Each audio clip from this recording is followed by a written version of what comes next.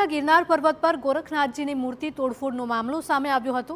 લોક સાહિત્યકાર રાજભા ગઢવીએ આ ઘટનાને સ્પષ્ટ શબ્દોમાં વખોડી કાઢી છે। જવાબદારો સામે કડક કાર્યવાહી કરવાની તેમણે માંગ કરી। ચોર ચોરી કરવા આવે અને મૂર્તિ તોડી નાખે તે ચલાવી ન લેવાય। અન્ય ધર્મના લોકોએ કૃત્ય કર્યું હોય તો પણ કડક પગલાં લેવામાં આવે તેવી માંગ કરી।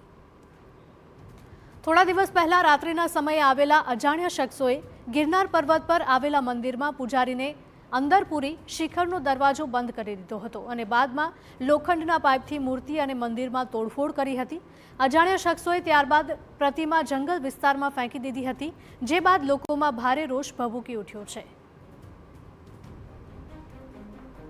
खराब कोई पण बने एने तो આપણે ખરાબ દ્રષ્ટિથી જોવી પડે।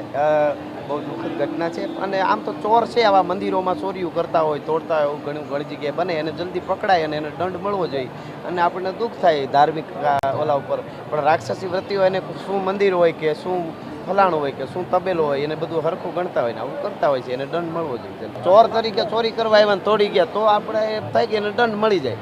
બાકી કોઈ ધર્મની દ્રષ્ટિએથી તોડ્યું હોય તો હજી ઘણું થાય, એ ખબર પડ્યા પછી તો કરવું જ પડે ને। પણ હજી પાકું ન થાય ત્યાં સુધી આપણને ઓલું થાય।